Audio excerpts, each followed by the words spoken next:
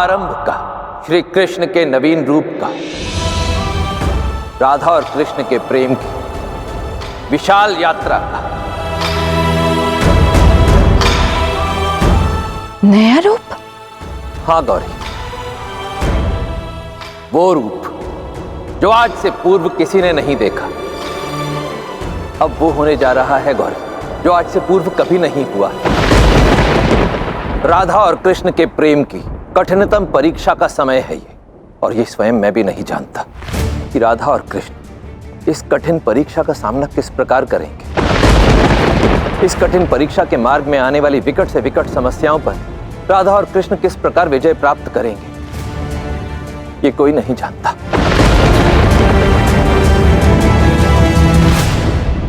पुत्र निषाद, ये मैं क्या सुन रही हूँ? क्या वास्तव में श्री कृष्ण को श्रापित किया गया है? हाँ माता, ये सूचना मुझे भी मिल रही है। कई प्रत्यक्षदर्शियों ने भी मुझे आकर ये बताया है कि काका श्री धीरे धीरे पाषाण की प्रतिमा में परिवर्तित हो रहे हैं। प्रभु, ये क्या? माता के मुख पर तो इस समय प्रसन्नता होनी चाहिए थी, परंतु वो तो इस सूचना को सुनकर विचलित प्रतीत हो रहे हैं। माता का अकस्मात ही द्वारकाधीश के प्रति प्रेम जागृत होना और उनका इतना भावुक होना, ये तो मुझे समझ में ही नहीं आ रहा है।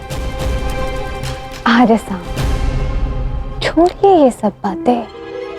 ये घोषणा तो हमारे लिए अत्यंत प्रसन्नता की बात है, किंतु आर्य साहब, क्या ये बात सत्य है कि श्री कृष्ण द्वारकाधीश पाषाण बन ही जाएंगे?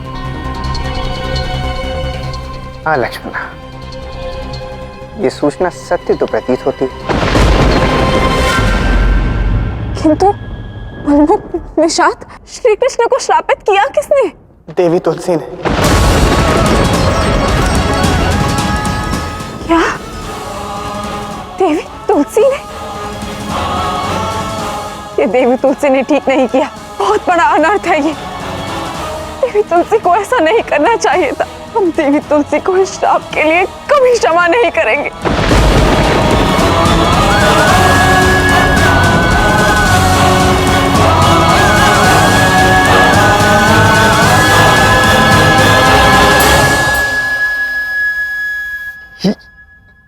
ये क्या है लक्ष्मणा?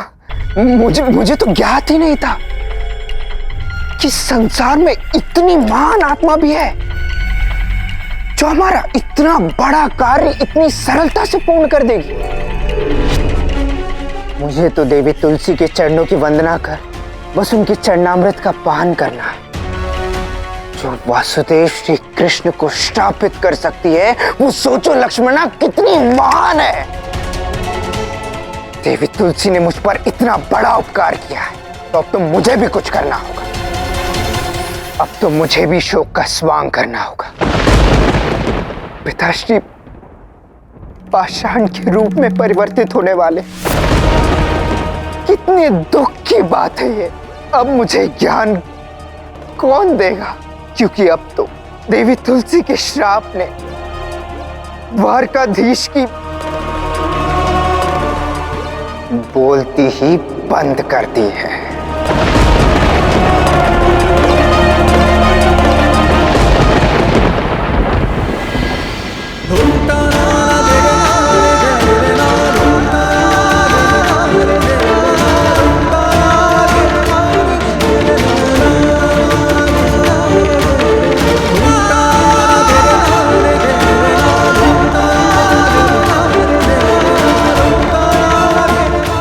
क्या दृश्य है! द्वारकाधीश पाषाण बन रहे हैं। मेरी तो सभी मनोकामनाएं अब ये पाषाण की प्रतिमा ही पूर्ण करेगी। काकाश्री, आपको देवी तुलसी ने श्राप देकर पाषाण में क्यों परिवर्तित कर दिया है?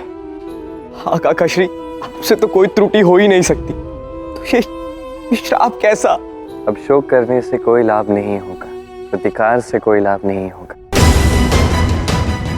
ये मेरा प्रारब्ध है जो मेरे साथ हो रहा है, और मेरे ही साथ आप सभी को इसे स्वीकार भी करना होगा। नहीं श्री कृष्ण, कोई तो मार्ग होगा, कोई तब, कोई आराधना कि आप पुनः अपने रूप में आ जाएं। जाम्बुवती, वैसे भी मुझे पूर्ण रूप से पाषाण बनने में अल्प ही समय शेष है। मैं अपना समय उपाय ढूंढने के लिए व्यर्थ नहीं करना चाहता। अभी तो जितना भी समय मेरे पास शेष है मैं अपने प्रियजनों और मेरी प्रजा के साथ व्यतीत करना चाहता, इसलिए मैं द्वारका लौट आया। और अब जब यहाँ हूँ तो और कहीं नहीं जाना चाहता। पिताश्री, आपके अंतिम क्षणों में मुझे क्षमा कर दीजिए। अब आप पाषाण के रूप में परिवर्तित होने जा रहे हैं और इसलिए आपकी जो भी अंतिम इच्छा है आप मुझे बताइए, अपने पुत्र को बताइए। अरे साम, ये आप क्या कर रहे हैं?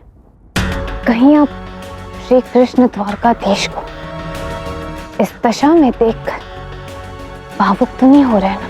नहीं लक्ष्मण, आज तो मेरे मन की इच्छा पूर्ण होने जा रही है, तो फिर मैं पिताश्री की इच्छा क्यों ना पूर्ण कर दूं? किंतु आर्य साम, हमें इस सब का क्या लाभ होगा? अब द्वारकाधीश तो पाषाण के रूप में परिवर्तित होने जा रहे हैं, तो फिर उनके पश्चात उनका उत्तराधिकारी कौन बनेगा? मैं बनूंगा। और फिर उसके पश्चात द्वारका की प्रजा, द्वारका का राज सिंहासन, सब कुछ मेरा हो जाएगा। हाँ श्री कृष्ण, आप बस आदेश दीजिए, क्या है आपकी अंतिम इच्छा?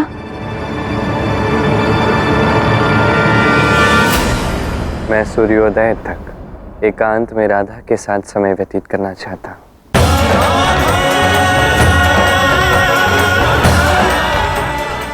अवश्य पिताश्री, आपकी इच्छा का सम्मान होगा।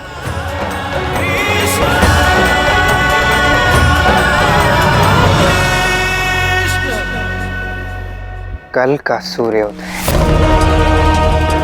मेरे लिए कितनी प्रसन्नता लेकर आएगा। कल जब आप पाषाण के रूप में परिवर्तित हो जाएंगे, तब मैं द्वारकाधीश बन जाऊंगा। द्वारकाधीश श्री आर्य साम की जय हो।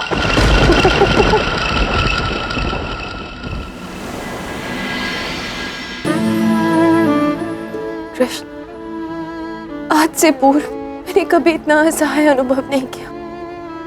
हर क्षण तुम मुझसे विलग्न होते जा रहे हो। या तो मुझे कोई उपाय बता दो या मुझे अपने साथ पाषाण बना लो, किंतु मुझे ये दृश्य देखने के लिए बाध्य मत करो। जो नहीं हो सकता वो करने का प्रयास ही क्यों करना? जो हो सकता है वो करो ना। इस सुंदर से क्षण को अपने हृदय में बसा लो राधा, क्योंकि होगा क्या, कुछ ही समय में मैं प्रतिमा बन जाऊंगा। तो जब भी तुम मेरी प्रतिमा को देखो तो मेरा मुख एकदम उदास लगे, फिर तुम भी मुझे देख के उदास हो जाओ। क्यों चाहती हो ये सब? अभी अपने अश्रु पोंछो और मुस्कुरा कर मुझे विदा कर दो। ये हुई ना बात? ठीक है, अब मैं नहीं रोऊंगी। तो बताओ क्या चाहते हो? बस तुम्हें एक तक देखना चाहता। अब मौन होना ही है, तो क्यों ना मौन की भाषा पढ़ने का प्रयास करें हम दोनों। यदि ऐसा है तो मैं बिना पल के झपकाए प्रभात तक तुम्हें निहारती रहूंगी।